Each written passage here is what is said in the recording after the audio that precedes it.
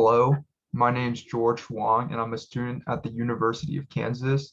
Today, I'm going to be showing my mRNA vaccine design for the COVID variant B.1.526.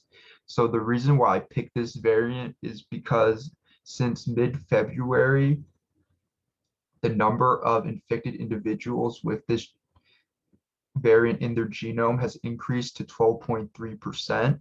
And the reason for this is it has some specific advantages of mutations that increase its virility.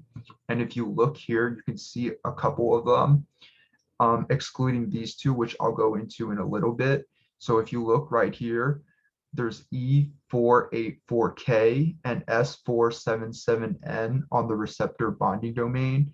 So E484K weakens the body's immune response to the virus, and S477N increases the virus's binding affinity to the human ACE2 receptor.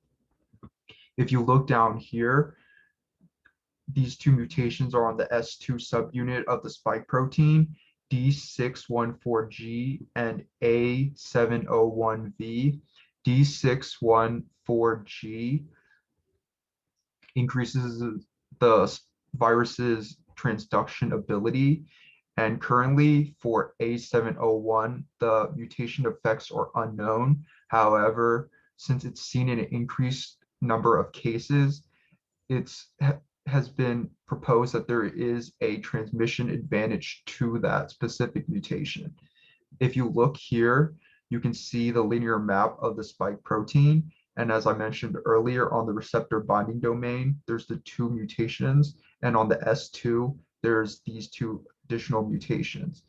I would like to say that these two mutations, K986P and V987P, are two proline mutations developed by Moderna and Pfizer, and they're used to lock the spike protein in a pre-fusion conformation. So it allows the spike protein to be used as an immunogen. If you look at these two diagrams right here, in the blue, it's the human ACE2 receptor, and the green is part of the receptor binding domain, or the RBD again. And if you look at the second image right here, these magenta lines are the molecular bonds that the ACE2 receptor and the RBD are forming together, which allows the spike protein to bind to the human ACE2 receptor. So how this vaccine will work is there will be site-directed mutagenesis for its specific mutations, as I mentioned earlier. And additionally, these mutations will be placed into a pgem37 vector in the LAC-Z region using the endonuclease EcoRI, and a pseudouridine base. It will be modified with a pseudouridine base, and this is to diminish the body's immune response to the mRNA, and it will be purified by HPLC and placed into a lipid nanoparticle. And this is done because the body degrades mRNA, but if you put it in a lipid nanoparticle, it stops this degradation. So how this vaccine will look, or this mRNA will look, can be seen right here. It will have a T7 promoter, and this allows the mRNA polymerase to bind. And for the 5' UTR and the 3' UTR, we're using AGXT and CYP2E112E1 in combination. And this is done because it's been shown to have a twofold increase in translational efficiency.